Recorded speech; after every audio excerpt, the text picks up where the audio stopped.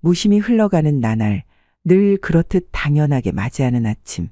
여러분은 인생에서 몇 번의 아침을 더 맞게 될지 궁금해한 적이 있으신가요? 그런데 설상가상으로 여러분에게 만일 단 한 번의 아침만이 남아있다면 어떻게 하시겠나요? 지금까지 가치 있게 살아왔다고 자신 있게 말할 수 있으신가요? 삶을 뒤로 돌릴 수 있다면 어떻게 살고 싶으신가요? 뉴욕타임스 기자인 저자는 삶의 마지막을 향해 유유히 걸어가는 노인 6명과 1년에 걸쳐 인터뷰를 진행하기로 합니다. 사실 인터뷰 초기에는 그들로부터 나이듦의 고단함에 대해서만 듣게 될 거라고 생각했습니다. 나름 인생을 안다고 자부했던 저자는 그러나 그들을 만나면서 인생이 송두리째 뒤집어지는 경험을 했다고 하는데요. 마치 스승, 진정한 현자와도 같던 이들과의 대화를 통해 저자는 인생의 의미와 삶의 가치, 행복에 대해 함께 묻고 답하며 흔들리던 삶의 갈피를 잡아갑니다. 인생의 매 순간들은 마치 스튜에 들어가는 각종 재료들과 같습니다. 이 재료들은 하나씩 따로 먹기에는 너무 쓰거나 매울 수 있죠. 하지만 모든 재료가 섞이면 어느 하나 빼놓을 수 없이 모두 소중합니다. 지난 시간들이 너무 힘들고 지쳐서 앞을 내다보기 힘들었다고 토로하더라도 지금 여기까지 와 있다면 잘 살아온 것입니다. 이제부터는 당신을 힘나게 했던 것, 당신의 마음이 이끄는 방향을 찾아 조금만 더 확신을 가지고 발을 내디디면 됩니다. 오늘은 만일 나에게 단 한 번의 아침이 남아있다면 책을 바탕으로 감사의 힘, 행복을 선택하는 법, 죽음을 받아들이는 법 등 내 삶의 가치를 찾는 6번의 인생 수업에 대해 말씀드리겠습니다. 6번의 인생 수업 첫 번째, 행복의 선택은 자신에게 달려있다. 좋았던 때는 또렷하게 기억하고 힘들었던 때는 잊어버리는 그들의 선택적 기억력이 일상생활에 도움이 된다는 사실을 나는 시간이 흐르면서 깨닫게 되었다. 그들은 몸에서 일어나는 변화에는 어쩔 도리가 없었지만 더 긍정적인 효과를 얻을 수 있도록 자신의 과거를 마음대로 다듬어낼 수는 있었다. 나는 내 인생을 돌아볼 때 행복했다고 생각을 해. 루스는 마치 과거에 행복했는지도 우리가 결정할 수 있다는 듯 말했다. 기억 속에 남아있는 힘든 경험들도 현재에 큰 영향을 미쳤다. 그들은 대공황을 버텨냈고 배우자가 서서히 하늘나라로 떠나는 모습까지 지켜보았다. 대화를 하다 보면 루스는 가끔씩 어머니와 남편, 언니가 세상을 떠나기 전 자신이 수년간 그들을 돌봐줬던 이야기를 꺼내고는 했다. 특히 자매들 중에 가장 똑똑하던 언니는 오랜 기간 알츠하이머병에 시달리다가 하늘나라로 떠났다.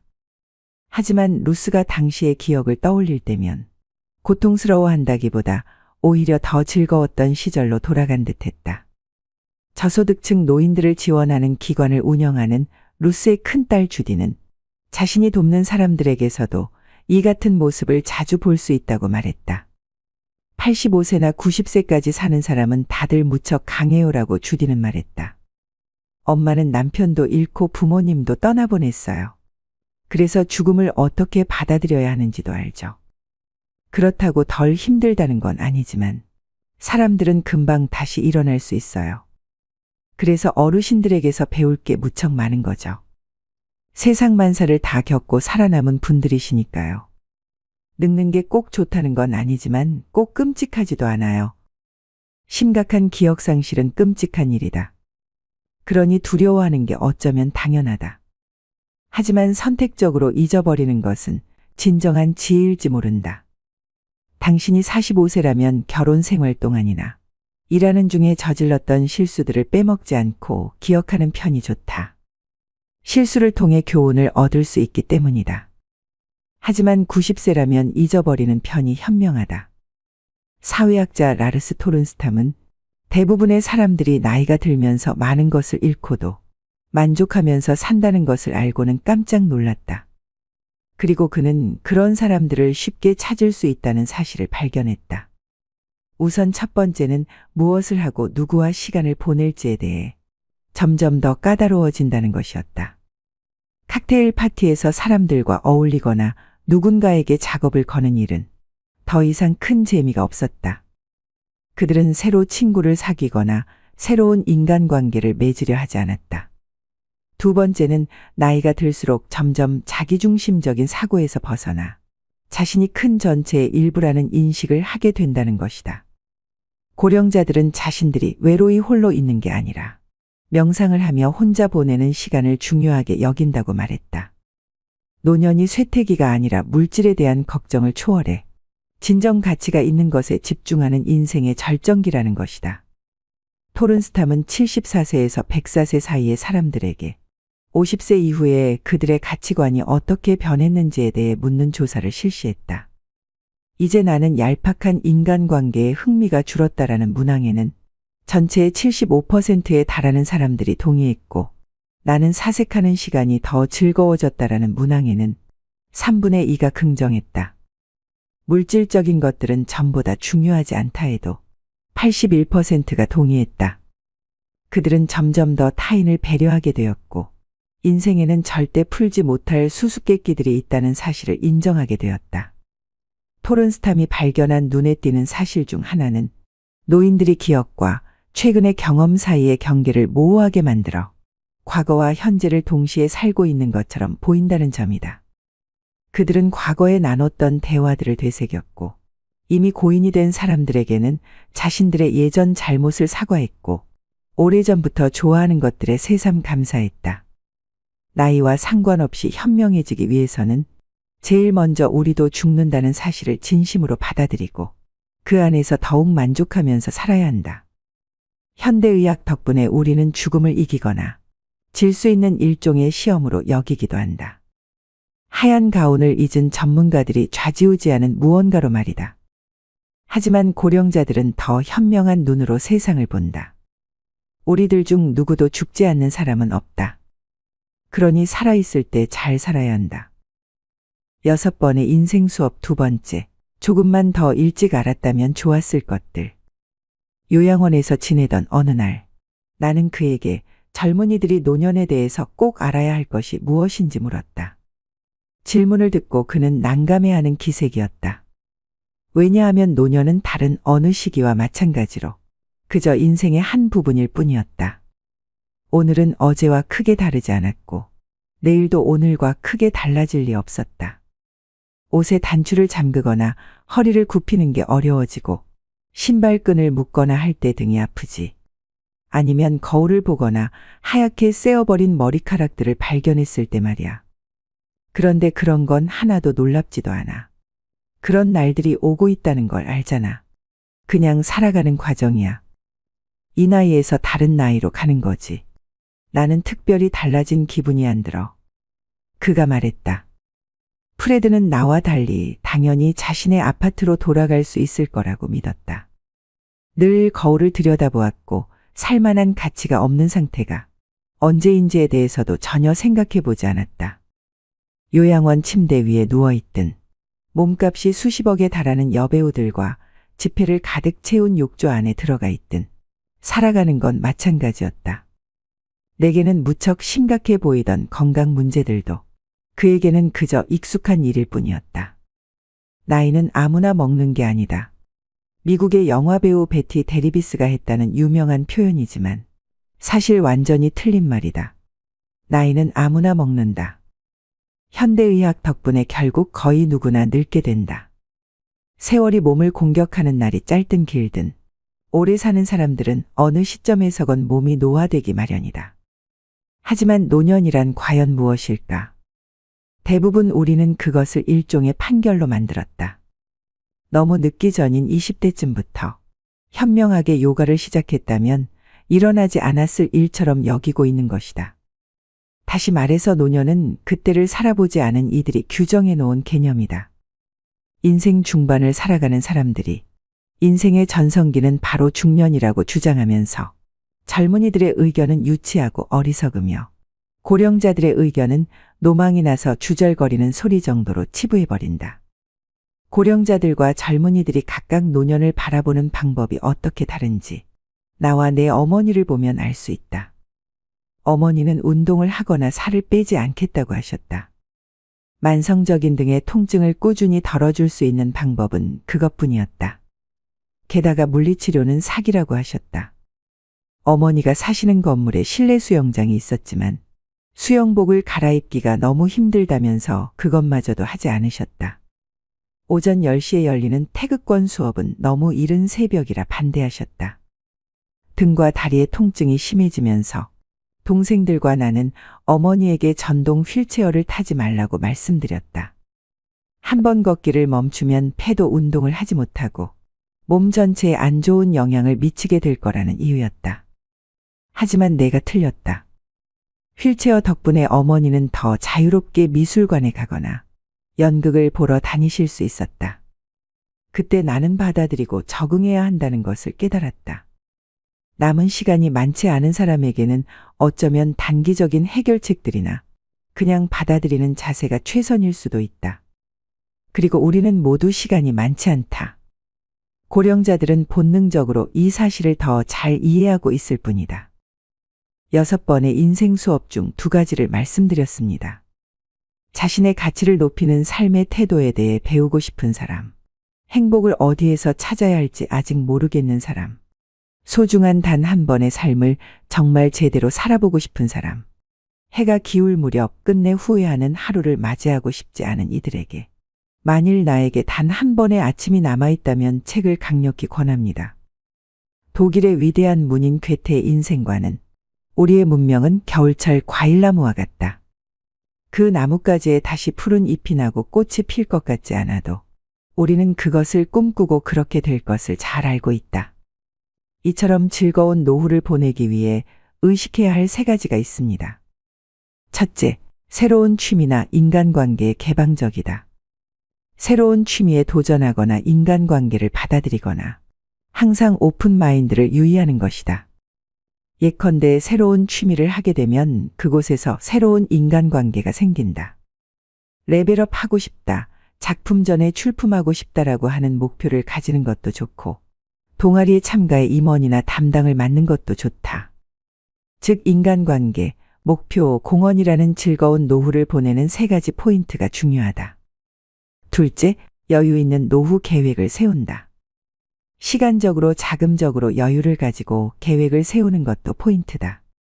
시간이 없다, 돈이 없다 등 없다는 감각은 기분을 피폐하게 만든다. 무모한 계획을 세우고 스스로 자신을 몰아가 버리면 본전도 없다. 예컨대 목표를 세울 때는 누군가와 겨루거나 하는 것이 아니라 노후에는 어디까지나 자신의 시간을 즐긴다는 관점에서 설정해 보면 좋지 않을까. 셋째, 즐거운 노후를 위한 주거 선택의 포인트다. 즐거운 노후는 어떤 곳에 사느냐에 따라서 좌우될 수도 있다. 거주지를 찾을 때는 다음 포인트를 검토해 보는 것은 어떨까? 첫째로, 노후에도 안심하고 살 수 있는 집인가? 우선 체크하고 싶은 것은 안심하고 살 수 있는지 여부이다. 해를 거듭하면 건강상의 불안이 증가하고 일상생활 속에서 일어나는 자연재해나 범죄에 대한 대응도 걱정이 많아진다. 주위 환경 등 주거 환경의 안전 안심이 확보되어 있는지 꼭 체크해 본다. 둘째로, 노후의 즐거움을 만끽할 만한 집인가? 노후 시간을 즐겁게 보낼 수 있을지도 확인해 본다. 예컨대 주변 가까이 병원, 슈퍼마켓, 먹자골목, 가벼운 오락시설, 지역도서관, 동아리 등 활동이 가능한지가 준비되어 있다면 지루함 없이 하루하루를 보낼 수 있을 것 같다. 현역 시절과 비교해서 자신을 위한 시간이 많이 생긴다. 그 사용법을 생각하는 것도 자기 자신이다. 선택하는 집이나 주변에 그런 즐거움이 준비되어 있다면 바랄 나위가 없다. 즐거운 노후를 보내는 방법에 대해서 말씀드린 내용을 꼭 참고하시길 바랍니다. 위와 같이 일찍 인간관계, 목표, 공헌 등과 같은 포인트를 잘 검토한다면 충실한 노후 생활로 분명 연결되리라 봅니다. 마지막으로 나이 들수록 버려야 되는 2가지를 말씀드리겠습니다. 나이가 들수록 버려야 할 첫 번째는 앉아있는 시간을 줄이셔야 됩니다. 여러분은 하루에 얼마나 오랜 시간 앉아서 생활하시나요? 나이가 들수록 덜 앉고 더 많이 움직이셔야 되는 것은 모두가 알고 계실 텐데요. 60세 넘어 하루 10시간 넘게 앉아 있으면 치매에 걸릴 확률이 높아진다고 합니다. 치매가 아니더라도 장시간 앉아 있는 사람은 하루 종일 몸을 움직이는 사람보다 당뇨병이나 심장마비 위험이 높고 하체 비만 등의 발병하는 위험이 증가한다는 연구가 있는데요. 자식들이 출가하고 나가게 되면 억지로라도 움직였던 몸은 그냥 앉아서 TV를 보는 시간이 하루 일과 중 대부분을 차지할 것입니다. 하루에 1시간만 앉아있는 시간을 줄여도 각종 심혈관 질환과 대사증후군 발병 위험이 줄어든다고 합니다. 장시간 앉아있는 것이 건강에 미치는 악영향을 줄이기 위해 일상에서 30분마다 5분간 가벼운 걷기를 하셔야 됩니다. 한 연구에 따르면 1,500명의 노인 가운데 가장 오래 앉아 있었던 사람들은 더 자주 움직였던 노인들보다 평균 8년 더 빨리 늙는 것으로 나타났다고 하는데요. 나이가 들어가며 신체 활동이 게을러지면 근육이 급격하게 줄어들고 기력이 떨어지면서 더욱 움직이기 싫은 마음이 생겨날 수 있습니다. 그래서 나이가 들수록 자신에게 맞는 운동 습관을 길들여 건강한 근육을 유지하는 기력을 키워나가야 합니다. 나이가 들수록 움직이면 살고 누우면 죽는다는 말을 떠올리셔야 됩니다. 편하게 쉬려는 마음에서 벗어나 일상에서 많이 움직이는 습관을 길들이셔야 합니다. 매일 규칙적으로 많이 걷는 것도 건강 유지를 위한 좋은 습관 중 하나입니다. 만일 걷지 못하신다면 앉아서 하는 운동 또한 매우 도움이 될 수 있습니다. 앉아서도 가벼운 스트레칭을 자주 해주신다면 몸의 움직임을 늘리는 데 효과가 있습니다. 나이가 들면 운동을 해도 근력이 늘지 않는다는 잘못된 생각 때문에 고령자들은 운동을 시도조차 하지 않는 경우가 많습니다. 집에서 쉽게 할 수 있는 운동을 매일 10분만 꾸준히 해도 1년이 지나면 현재 근력의 20%까지 늘릴 수 있다고 하는데요. 그렇게 되면 노년 건강 유지의 최대 복병인 낙상사고가 줄고 사회 참여 활동은 늘어나고 노년의 허약도 예방됩니다. 얼마 전 옆집 60대 어머님은 길을 걸어가시다 갑자기 넘어지셔서 팔이 꺾이는 사고를 당하셨습니다. 다리의 근력이 부족해서 중심을 못 잡고 넘어지셨는데요. 오랫동안 치료받느라 고생하시는 걸 옆에서 본 적이 있어서 미리 근력 운동 조금씩이라도 실천하셔서 예상치 못한 사고에 대비를 하셔야 됩니다. 습관이 인생이라는 말이 있습니다. 우리가 갑자기 운동량을 늘리는 것은 쉽지 않은 일입니다. 대신 앉아있는 시간이라도 줄이는 게 노후 건강을 위해 아주 좋은 방법이 되는 것입니다. 하루를 아름답고 행복한 삶으로 만들기 위해서는 자신이 어떤 태도와 습관을 가지고 살아가고 있는지 돌아보는 시간을 가져볼 필요가 있습니다. 앞으로 어떤 습관을 길들여 어떤 태도로 지낼 것인가 하는 계획을 세우고 실천하는 것이 바로 자신의 가치 있는 노후를 위한 중요한 지혜이기 때문입니다. 나이가 들수록 버려야 할 두 번째는 불필요한 인간관계를 정리하는 것입니다. 노후 행복의 결정적 요인은 부도 명예도 학벌도 아닌 관계라고 할 만큼 마음 맞는 사람들과의 따뜻하고 의지할 수 있는 관계라고 하는데요. 노후가 되면 마음이 외롭고 인생이 허무하다고 느낄 때가 많습니다. 이때 달려와 고민을 함께 나눌 친구가 한두 명만 있어도 성공한 인생이라 할 수 있죠. 하지만 퇴직과 함께 직장 등 공적 관계망은 대부분 눈 녹듯 사라져버리고 사회 속에서 벌어지는 크고 작은 갈등은 노년의 삶의 질을 낮추고 외로움을 증폭시킵니다. 주변에서 맞지 않는 사람과의 인연의 끈을 놓지 못하고 만남을 유지하면서 스트레스를 받는 사람들을 흔히 볼 수 있습니다. 특히 살아온 세월 속쌓인 갈등이 폭발하면서 관계가 망가질 때도 많습니다. 배우자 및 자녀와의 갈등이나 오래 알고 지낸 친구와의 불협화음 등이 이 경우에 해당하죠. 불필요한 인간관계는 늙음을 의식하기 시작하는 50대부터 하나씩 내려놓으면 편해진다고 합니다. 자녀들이 부모 품을 떠나 독립하고 나면 지켜야 하는 것들이 점점 적어집니다. 그러면 자연스럽게 이제껏 무리해서 만나야만 했던 사람들도 줄어들게 됩니다. 물은 나이를 먹으면 체력도 기력도 젊었을 때와 같지 않게 되니 굳이 의미 없는 인간관계에 힘쓸 여유가 없어집니다. 그러니 참아가며 사람을 만나는 일은 피곤하기만 하죠.